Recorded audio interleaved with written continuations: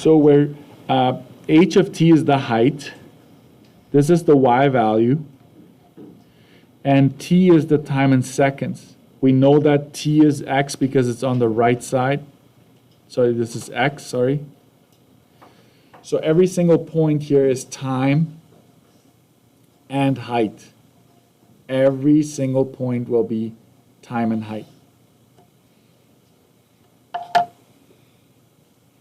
And I'll give you a little prelude to this. Can you go to page 35? Like there's a blank page there for extras. I want you to see a pattern that is very, very popular. Okay, so here you go. There might be instances where they'll be like, hey, if x is 4 seconds, what's the height of the ball at that point? What would you use to figure out? You would use second, trace, value, and you would let x equal to 4. And voila, you're going to get the y value there. What did we use this for up until now? We used this for our y-intercept. Because x was always equal to 0, you kind of didn't think about it, but it can take any x value you'd like it to provide you with. If they ask you, hey, what was the time after how many seconds did the ball reach 20 feet above ground? If it asks you something like this, if this is where you're at, then you have to let y2 equal to that y value that they gave you. And then we go second, trace, intersect. That is the pattern. This is a very, very popular system here. So you just have to know, when do I use what?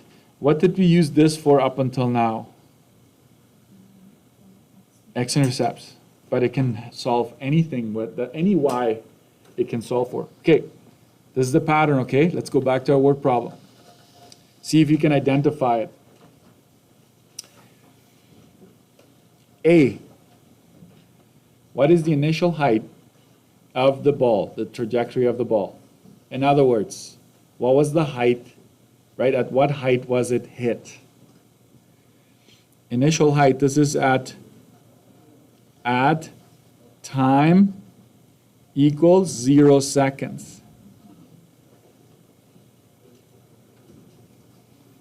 So basically, if you were thinking of a point, it would be when x is equal to 0, what is the height? What is that point in particular?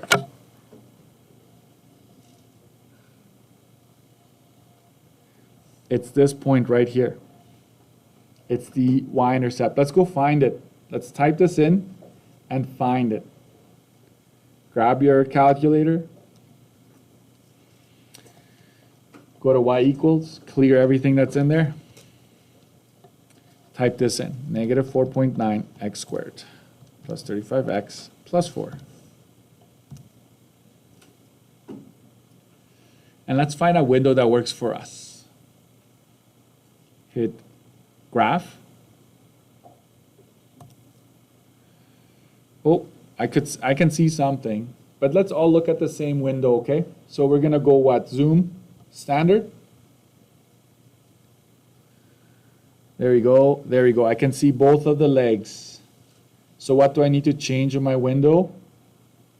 Y max. I'm gonna go window, Y max. I'm gonna go 50. I'm gonna try 50. I know it's not 50, by the way, but I'm just pretending to be you, okay? 100. There we go. 100 works. Guys, we're doing a word problem, right?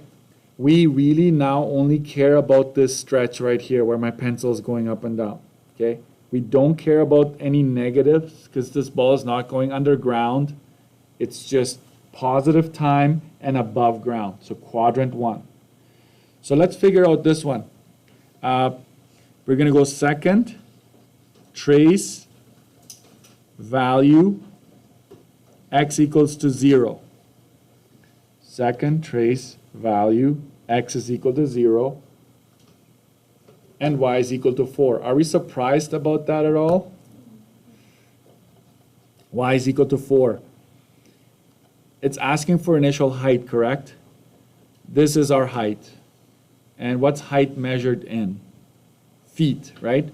So you got to make sure you put units down, and then you're good to go. And clearly indicate which one is your answer there. It's 4 feet above ground. So we can put an arrow to the graph and say, it's that right there, okay? 4B, determine the maximum height of the ball. What do you think it's asking for? Vertex, right? It's kind of a giveaway. Second trace max. Let's find our vertex. Second trace max. Anywhere to the left, right? Is this good enough where it's blinking right now? Yes. Hit enter. Then go past it so you're to the right of it. Enter, and then guess. It's always enter. There is your maximum, right? Maximum 3.57, 66.5. That's not good enough yet. What is it asking for specifically? What's the maximum height? So max height is 66.5 feet. What if I asked you how long does it take to reach the maximum height? 3.57 seconds. Okay, so just have to read carefully. Yeah.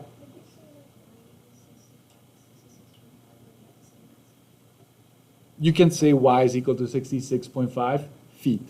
Then you're good. Yeah.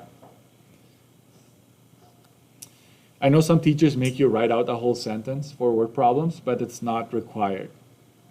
So if you just put the number and the unit and you circle it, you're good to go. You're answering the question. Okay.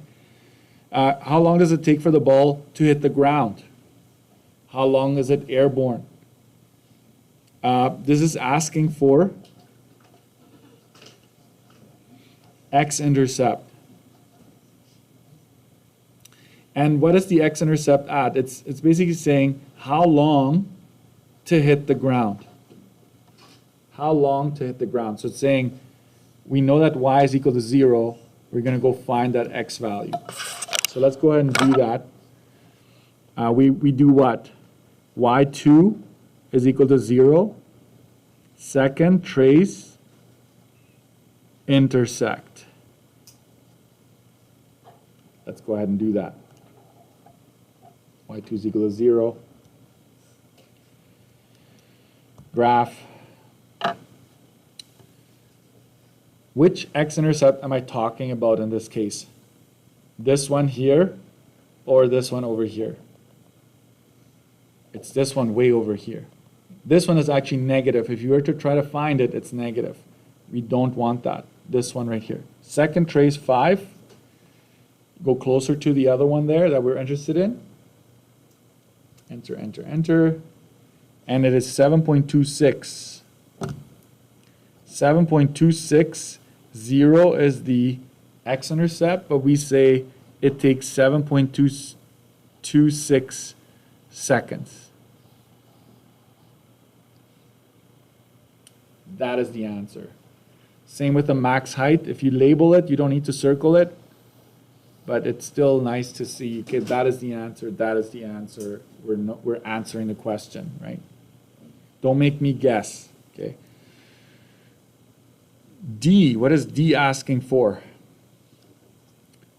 Calculate the height of the ball 1.5 seconds after being hit. You can't read that, but it's right there. So what is it giving me, time or height? It's giving me the time, right? It wants the height. It's saying 1.5 seconds is the time. What are we going to use to answer that? Second trace value. Yes. X is equal to 1.5. second trace value, 1.5. There it is, 45.48 seconds, feet. That's the height, right? 45.48 feet. Y is equal to 45.48 feet. If you get help from another teacher and they're like, why don't you do a full sentence in your answer? You just say, well, that's just me. My teacher told me to go full sentences, okay? I was just lazy. And that is your official answer. Okay. E, determine the time. This one is trickier. A little trickier. It just involves a little bit more work. Determine the time the ball remains at or above 49 feet. In this case, it wants the time at 49 feet, correct? That is what's happening here. Let's graph our 49-foot mark. Let's do that, because we would go y equals, we let y2 be 49. And let's hit graph.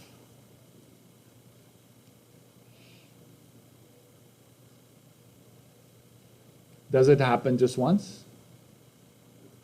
It happens once on its way up that it hits the 49, then it stays above. It stays above, it stays above until it hits the 49-foot mark again. So guys, when this happens, you have to find both of those intersections and subtract the time. Subtract the times to figure out how long did it stay at or above. So, I'm going to give you a little graph here. Make sure you sketch this. It doesn't start on the ground, right? It's a little off. It goes like this. I'm going to use a red pen for the 49 mark. This is the 49 mark. So I'm going to call the first intersection. I'm just interested in the time right now. This is T1, and this is T2. T1 and T2. So let's find both of those times.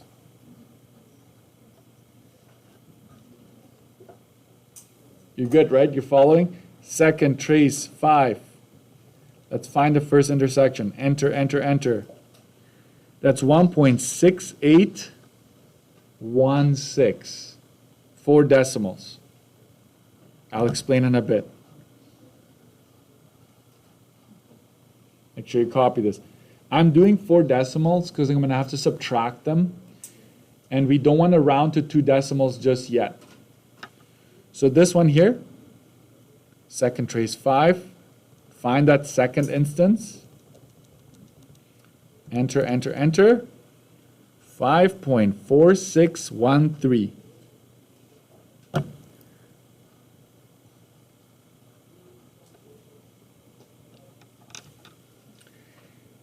Okay, so you're going to have to subtract. When it says how long did it stay at or above, you need to subtract these two to figure out, well, how long did you spend above it?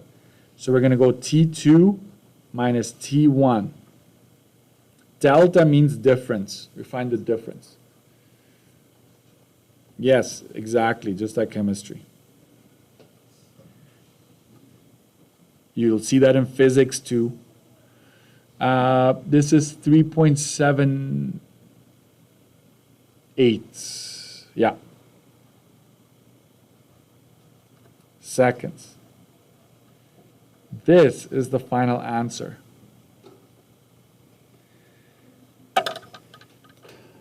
This is a 2-mark question. A 2-mark question. So if you ever come across a 2-mark question, you're like, wait a minute, this can't just be go find 1 point. This has to be more than that, right? And the wording will give it away as well. It doesn't say just when did it. It say how long did it spend time at 49 or more. Okay?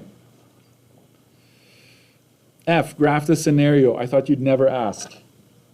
Luckily for you, I have a grid on the back side, so we don't have to do this from scratch. Let's go to 37.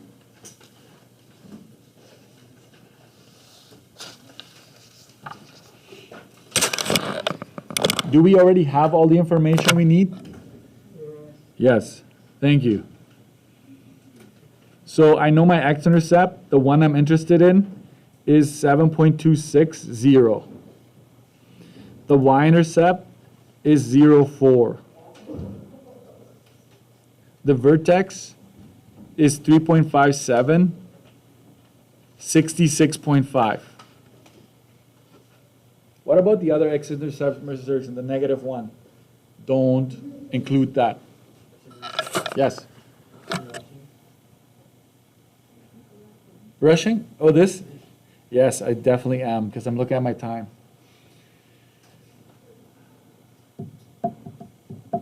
Okay, so remember how graphing works, except for no arrowheads anymore. And we stay to the first quadrant most of the time, 99.9% of the time. Okay? So what do I need to include here? I look at my x-intercept. I need to go as far out as 7.26. So I'm going to go 2, 4, 6, 8. 2, 4, 6, 8. Oh, I rushed again. Don't forget this. What goes on the x-axis? What is our x now? Time in seconds. Let's go to our y. What does that represent? Height, not good enough. In yards, feet, meters, it's in feet. So make sure you do your x and your y, label them.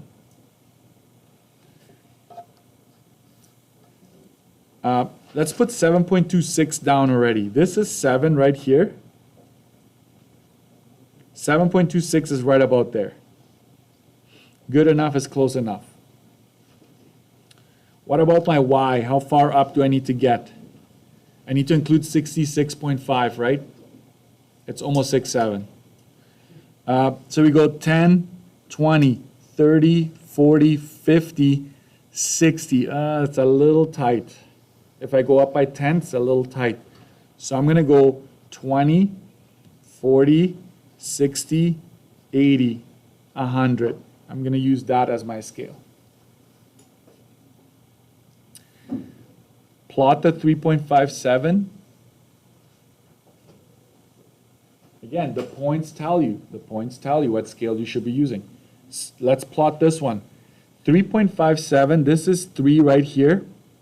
This is 3.5. That's close enough. I'm going to go up 3.5 to 60. This is 70. So I want to go right about there. My vertex is plotted. 0.4, where does that go? This is 10. This is 5. 0.4 would be right about there. Just make sure it doesn't touch the origin. You go to your vertex, you go down to the y-intercept, stop there, don't go arrowheads, back to the vertex, touch the x-intercept. You're done, except for your equation. What's my equation again? Plus 35t, right? Plus 4. That is a good graph. Most of the time I will provide you with a grid.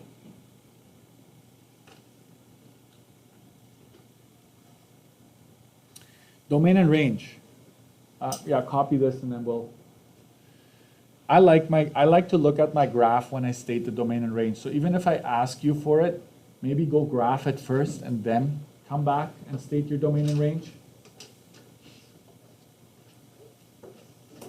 Let's do it right next to the graph. I know I asked it on the previous page. And then we're done. What's the domain? 0, right? Times 0 all the way to, when does it hit the ground? 7.26 seconds later. The range, what's the lowest the ball ever gets for my y variable? it gets to 0, right? Because it hits the ground. Does it hit the ground? It hits the ground, so 0. What's the highest we ever get? 66.5.